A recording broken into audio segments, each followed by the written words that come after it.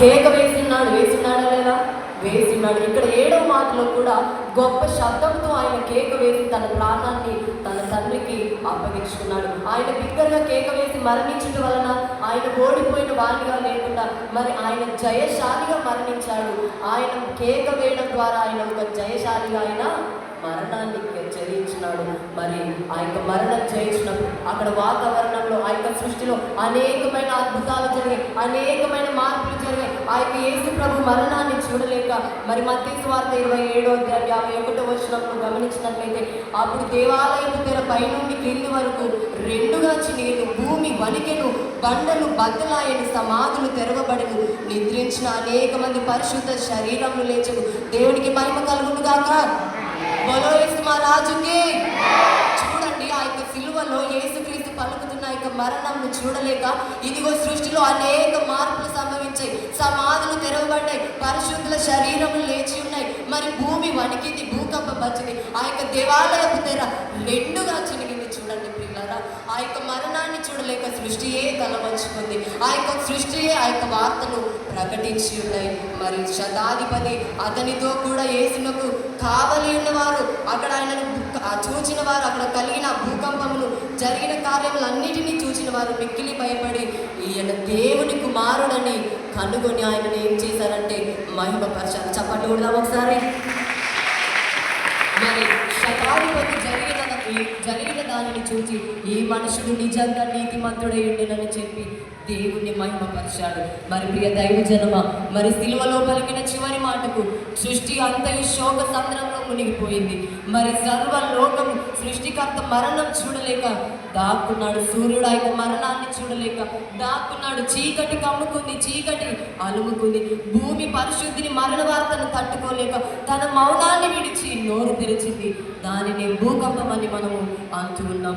మరి దేవుని గణపరిచే స్థలం, ఆయనకు మహిమకు నిలయమైన దేవాలయము సృష్టికర్త మరణాన్ని చూడలేక 2గా చీలింది. వీటిని కళ్ళారా చూసిన శతాధిపతి అప్పటి వరకు యేసును శిక్షించిన వారు, దూషించిన వారు, పిడుగుతులు గుద్దిన వారు, మోమిపైన భూమి వేసిన వారు, భయంకరంగా బాధలు పెట్టిన వారు, వారందరూ కూడా ఏమంటున్నారంటే దేవుని కుమారుడే, ఈయన నిజంగా దేవుని కుమారుడే అని సాక్ష్యం ఇచ్చి దేవుని మహిమపరిచారు. కఠినులను మార్చింది యేసు రక్తం, ఆ యొక్క ఘోర పాపలను మార్చింది యేసు రక్తం, ఆ యొక్క శిలువ మరణము మార్చింది అనేకులను యేసు రక్తం. ఇదిగో నిన్ను నన్ను కూడా మార్చింది, నిన్ను నన్ను కూడా రక్షింపచేసింది యేసు రక్తం. ఆ యొక్క రక్తం ద్వారానే మనం ఈ విధంగా సజీవులుగా నీతిమంతులుగా తీర్చబడి ఉన్నాం. మరి నిత్య రాజ్యంలో ప్రవేశించటకు మార్గం చూపింది ఆ యొక్క యేసు రక్తం, ఆ యొక్క శిలువ మరణం. మరి ఆలోచించండి ప్రియ జనులారా, యేసుక్రీస్తును శిక్షించిన శతాధిపతి ప్రభువును మహిమపరచాడు. సృష్టి అంతయు మరణాన్ని ప్రచురపరిచి ప్రభు కొరకు అద్భుతములు సృష్టించాయి. మరి నీవేమి చేస్తున్నావు ఒక్కసారి ఆలోచించుకో. ఇదిగో సృష్టి దేవుని మహిమపరిచింది, మరి నీవేమి చేస్తున్నావు? ఇదిగో నీ కొరకే ప్రాణము పెట్టి నీ పాపము నుండి నిన్ను విమోచించిన యేసుక్రీస్తు కొరకు ఏమి చేయగలవు? ఇదిగో దేవుని సృష్టిలో ప్రధానమైన వారు ఎవరు అంటే మానవులే. ఎవరు మానవులు?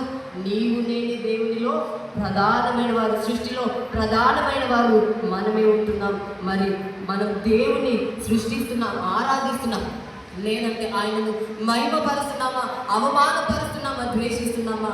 ఒకసారి ఆలోచించాలి. మరి మనం ఏమి చేయాలి ప్రియులారా అంటే మంచి ప్రవర్తనను కలిగి జీవించాలి, మంచి ప్రవర్తనను, మంచి నడవడికను కలిగి జీవించాలి. మరి ఎఫెసీ 4:22 ప్రకారం మనం చేసిన దుష్కార్యములను మునుపటి జీవితంను విడిచి ఇక నుంచి అయినా పరిశుద్ధంగా నీతిమంతులుగా జీవించాలని అక్కడ వాక్యం సెలవిస్తుంది. మరి యోబు గ్రంథంలో 13:15 మరి 1 పేతురు 4:19 కూడా ఈ యొక్క మాటలు ఉంటున్నాయి. మనం ఎలా బ్రతకాలి? ఇదిగో మన జీవితంలో ఎన్ని శోధనలు వచ్చినా, ఎన్ని నష్టాలు వచ్చినా సరే యేసుక్రీస్తు ప్రభువలే ఆ యొక్క మాదిరికరమైన జీవితాన్ని జీవించాలని అక్కడ వాక్యం సెలవిస్తుంది. పాపులమైన మనలను పరిశుద్ధులుగా చేయుటకే తన ప్రాణము బలిగా అర్పించిన యేసుక్రీస్తు కొరకు జీవిద్దాం. ఆయన రక్షణ సువార్తను నలుదిశలా చాటడం. మరి ఈ రీతిగా ఆత్మను అప్పగించుటలో ఒక 4 విషయాలు మనం జ్ఞాపకించుకుందాం. మొదటిగా యేసు పరిశుద్ధ జీవితం జీవించి ఆత్మను తన తండ్రికి అప్పగించాడు. మరి ఒక సవాలు చేశాడు. నాలో పాపం ఉన్నదా అని ఒక సవాలు చేశాడు. ఆయనలో పాపం ఉన్నదా అండి? ఏ పాపం లేదు, ఏ నేరం లేదు, ఏ కపటం లేదు, ఏ మలినం లేదు.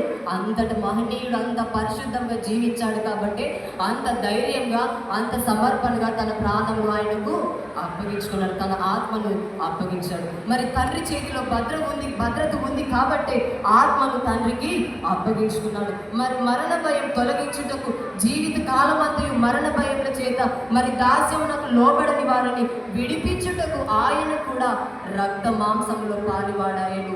మరి 1 కొరింథీ 5:15-55 ప్రకారం, ఓ మరణమా నీ ముల్లెక్కడ, ఓ మరణమా నీ విజయం ఎక్కడ? ఇదిగో దేవునికి మరణం అడ్డు రాలేదు, దేవునికి ఏది కూడా అడ్డు రాలేదు.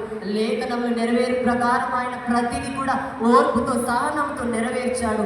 చివరిగా తన ఆత్మను తండ్రికి అప్పగించుకున్నాడు. మరి ఆయన మరణపు ముళ్ళును విరిచాడు.